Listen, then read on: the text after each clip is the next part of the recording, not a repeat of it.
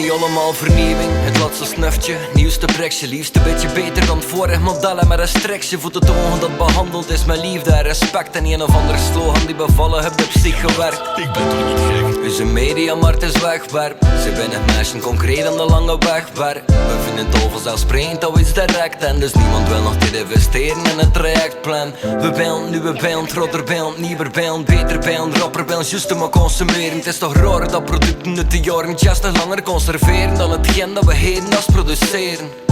Ze noemen dat ingebouwde veroudering. Proces op wie dat er vooraf geplande fouten zijn. Omdat de consument de moon zoeken bluffen draaien. Daarom kop je iedere maand die een of ander nieuwe toy. We consumeren just de fastfood. Dus spel moet ik alweer op bed doen. Omdat weinig mensen stevig staan er best doen.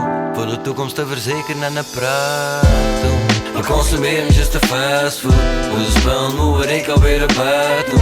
Omdat weinig mensen stevig staan er best doen. Voor de toekomst te verzekeren en een praat doen. We consumeren just de fastfood. Dus spel moet ik alweer op bed doen. Omdat weinig mensen stevig staan er best doen. Voor de toekomst te verzekeren en een praat doen. We doen alles op de korte termijn, zonder te pijzen wat dat de gevolgen kunnen zijn. We willen instant gratificatie, dus als je vandaag het wat bestelt, wil je het liefst als het morgen komt brengen. Moet al rap gaan, moet al vlot gaan. Moet bovendien ook vlot en vrij rap kapot gaan. Zo blijf je vast in een endeloze loop waarin je niet verwoord hebt en als alweer moet naar de shop gaan. We leven in een wegwerpscenario. We horen juist de zesde formules op de radio. We eten collectief verrassend vele junkfood. Omdat ze in alles dat je kunt in de winkel kopen junk doen. We boeven fastfood, we kopen brouwproducten. We zullen weten welke grondstoffen dat zal gebruiken voor de luxe maatschappij te kunnen laten draaien. Zowel tegen spijzen bij het kopen van de nieuwe toy. We consumeren just de fastfood. Dus spel moet ik alweer op bed doen. Omdat weinig mensen stevig staan er best doen.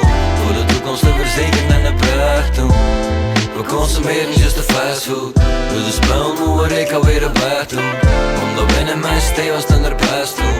Voor de toekomst te verzekeren en een pracht doen.